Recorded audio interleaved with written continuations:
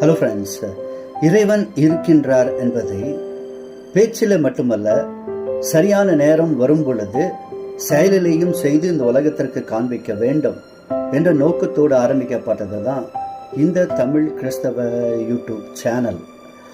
இதில் இறைவன் யார், அவர் எப்படி இந்த உலகத்தில் செயல்படுகிறார், அவர் இருக்கின்றார் என்பதை எப்படி நாம் தெரிந்து கொள்ளலாம் என்று கலந்து போன ஒரு வருடத்திற்கு மேலாக நான் பேசி வருகிறேன். என்னுடைய நோக்கம் இப்படியே பேசிக்கொண்டு இருப்பது அல்ல. இது ஒரு ப்ரீகர்சர்னு சொல்லுவாங்க. அதாவது செயலில் செய்து காண்பிக்கிறதுக்கு முன்னாடி, அந்த மொமெண்டம் வருவதற்கு முன்னாடி இந்த மாதிரியாக பேசுவது அல்லது விளக்கமாக சொல்வது என்பது அவசியமாக இருக்கிறது. அதனால் இப்படி நான் பேசி வருகிறேன். யூடியூப்பில், இன்னும் ஃபேஸ்புக்கில் இதைய நான் போட்டு அநேகர் அதை கேட்டிருக்கிறார்கள். நிறைய விவாதங்களெல்லாம் அதனால் வந்திருக்கிறது. நானும் அதற்கான விளக்கத்தை எல்லாம் பேசி வருகிறேன்.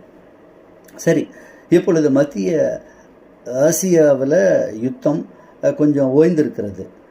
2 வாரம் காலத்துக்கு இந்த சீஸ்ஃபயர் அனௌன்ஸ் பண்ணியிருக்காங்க. ஆனால் இந்த யுத்தம் இந்த உலகத்தை முடிவுக்கு கொண்டு போய் விடும் என்று சொல்லி நான் பேசி வருகிறேன். யுத்தம் என்று வரும் பொழுது இஸ்ரேல் தேசம் மற்றும் அமெரிக்கா இரண்டுமே சேர்ந்து ஈரான் தேசத்திற்கு எதிராக தாக்குதலை ஆரம்பித்தார்கள். அதற்கப்புறம் ஈரானும் அதற்கு பதில் தாக்குதல் பண்ணி மத்திய ஆசியாவில் இருக்கக்கூடிய மற்ற தேசங்கள் அங்கேயும் அவர்கள் தாக்கி வருகிறார்கள்.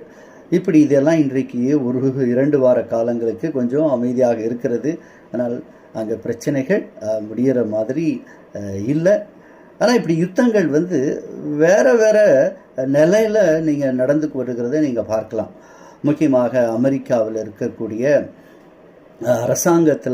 அரசாங்கத்திற்கு சாதகமாக, அரசாங்கத்திற்கு எதிராக இன்றைக்கு அநேக விமர்சனங்கள் வருகிறத நம்ம பார்க்குறோம். அதற்கு அப்புறமாக இப்போது கடந்து போன 10 நாட்களாக போப் லியோ அவருடைய விமர்சனம், அவர் அமெரிக்க அரசாங்கத்திற்கு எதிராக, அமெரிக்க இராணுவத்திற்கு எதிராக அவர் விமர்சனம் பண்ணினதுனால அவருக்கு எதிராக அமெரிக்காவில் இருக்கக்கூடிய மக்கள் பேசி வருகிறார்கள். இப்போ இந்த ஒரு யுத்தம் போய் கொண்டிருக்கிறதை நம்ம இன்னைக்கு பார்க்கலாம். சோசியல் மீடியாவில் போனால் இன்னைக்கு அதுதான் இன்னைக்கு பெரிய யுத்தமாக நடந்து வருகிறது. சரி, அமெரிக்காவில் இருக்கக்கூடிய ரைட் விங் பீப்புள் என்று சொல்லுவார்கள், அந்த ரிபப்ளிக்கன் பார்ட்டி, அவங்க தான் இன்னைக்கு அரசாங்கத்தில் இருக்கிறாங்க.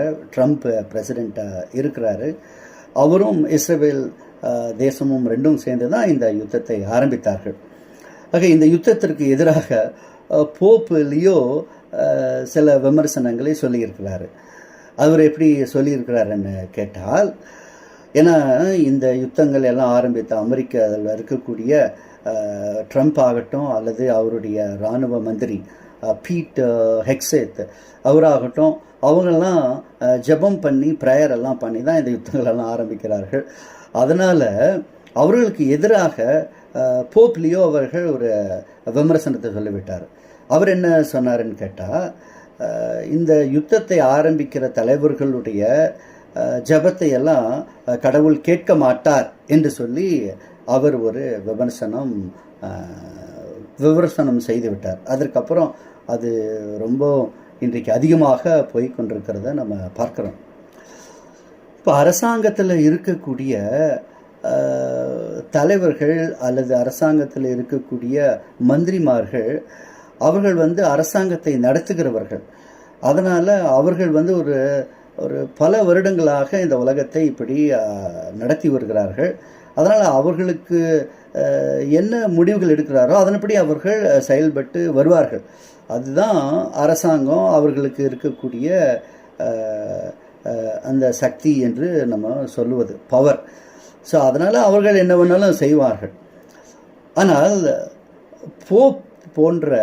போப் லியோ போன்ற பக்தி மார்க்கத்தில் இருக்கிறவர்களுடைய பொறுப்பு என்ன என்று நம்ம பார்க்கும் பொழுது, இப்படி யுத்தங்கள் எல்லாம் நடந்து வரும் பொழுது போப் லியோ மாதிரி மக்கள் எல்லாம் என்ன பேசுகிறார் என்று சொன்னால், சமாதானமாக இருக்கணும், யுத்தங்களெல்லாம் இருக்கக்கூடாது, எல்லோரும் மகிழ்ச்சியாக இருக்க வேண்டும் அப்படின்னு சொல்லி அவர்கள் பேசி வருகிறார்கள். அப்போ யுத்தத்திற்கு எதிராக பேசி வருகிறார்கள், யுத்தமெல்லாம் இருக்கக்கூடாது என்று சொல்லி அப்படி அவர் பேசி வருகிறார். ஆனால் போப் லியோ உடைய விமர்சனங்கள் முற்றிலும் தவறானது என்று சொல்லி என்னால் சொல்லவும் முடியும், அதை நான் நிரூபித்து காண்பிக்கவும் முடியும். சரி, எப்படி போப் தவறாக பேசுகிறார்? இப்போ போப் லியோவுடைய விமர்சனங்கள் அவர் பேசுவது ஏதோ அவர் ரொம்ப ஒரு சமாதானத்தை பற்றி தான் பேசுகிறாரு. யுத்தங்களெல்லாம் இருக்கவே கூடாது, எல்லோரும் சமாதானமாக இருக்க வேண்டும், மகிழ்ச்சியாக இருக்க வேண்டும், எல்லோரிடத்திலும் நம்ம நட்பாக இருக்க வேண்டும் என்று சொல்லுவது அது ஒரு ஒரு நல்லதாக நமக்கு தோன்றும். ஆனால் அது முற்றிலும் தவறானது. எப்படி என்று கேட்டால், இந்த உலகம் பல வருடங்களாக பல சண்டைகள், பல யுத்தங்கள், உலகத்தில் எங்கே பார்த்தாலும் இன்றைக்கு பலவிதமான உயிர் இழப்புகள் நடந்து வருகிற ஒரு சூழலில் தான் நம்ம இருக்கிறோம்.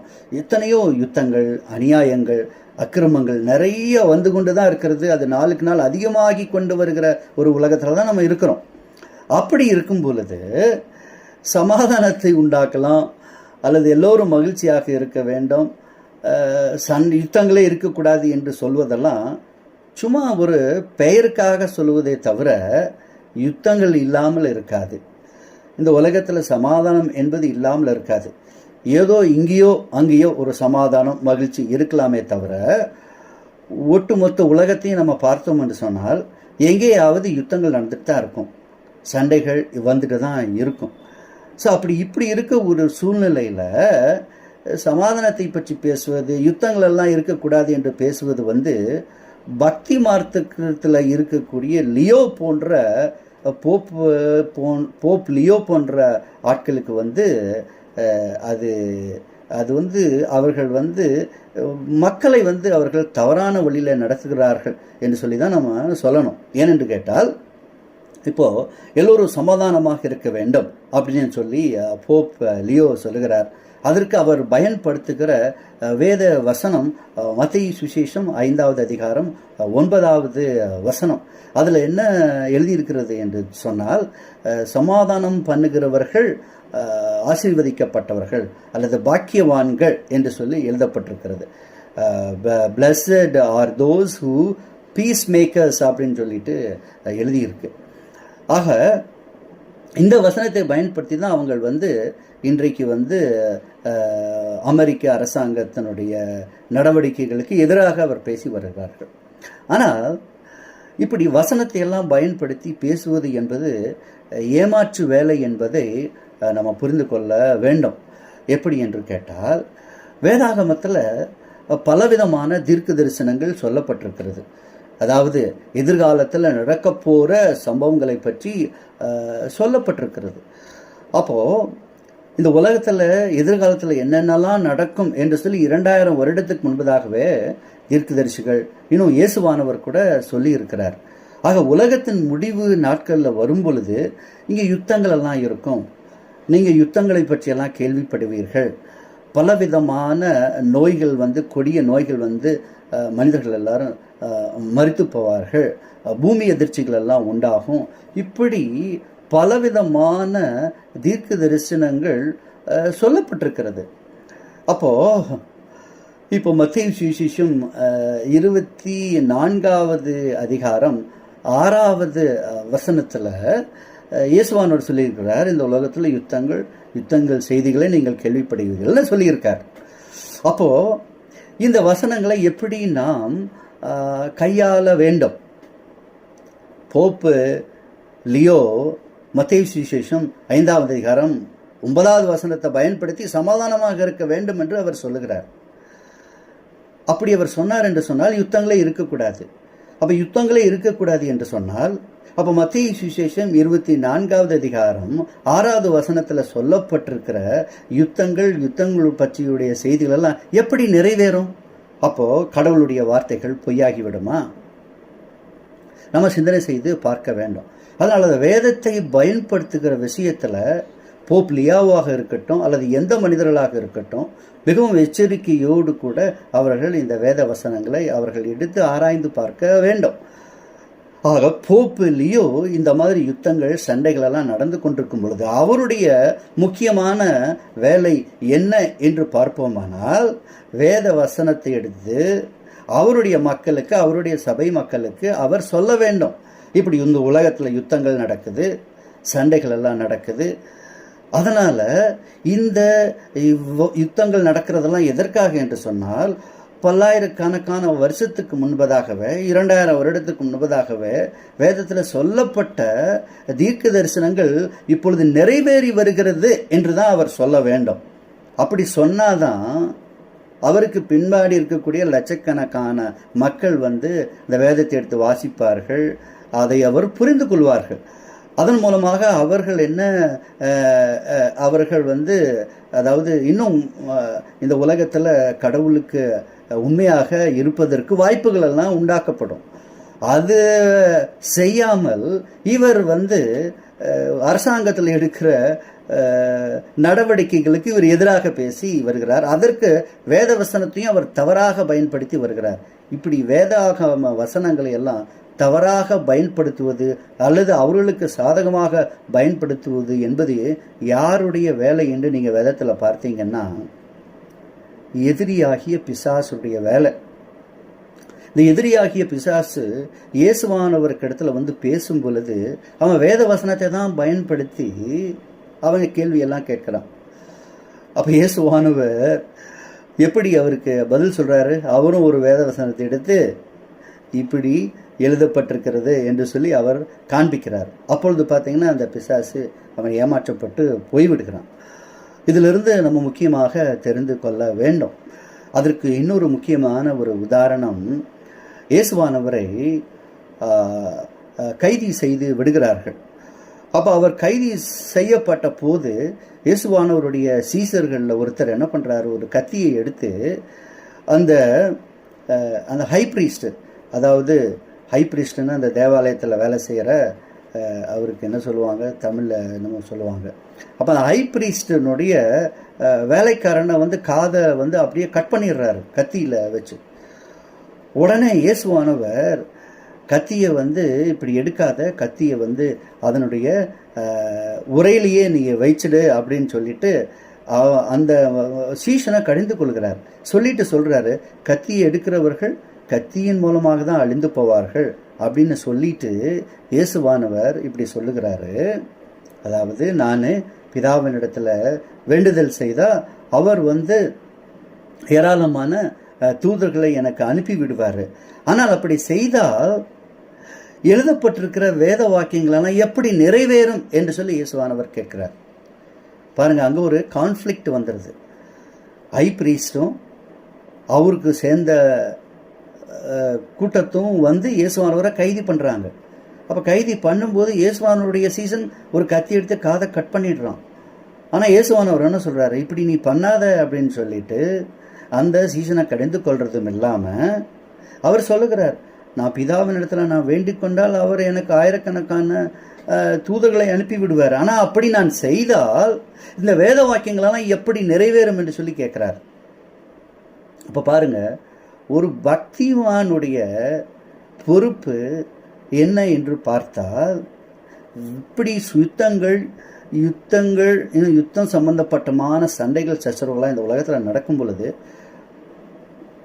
பல்லாயிரக்கணக்கான வருஷத்துக்கு முன்பதாக சொல்லப்பட்ட தீர்க்க தரிசன வசனங்கள் எப்படி நிறைவேறுகிறது என்று சொல்லி அவர் கத்தோலிக்கத்தில் இருக்கக்கூடிய விசுவாசிகளுக்கு சொல்ல வேண்டுமே தவிர, அதை விட்டுட்டு இவர் போய் அரசாங்கத்திற்கு எதிராக இவர் விமர்சனம் பண்ண கூடாது.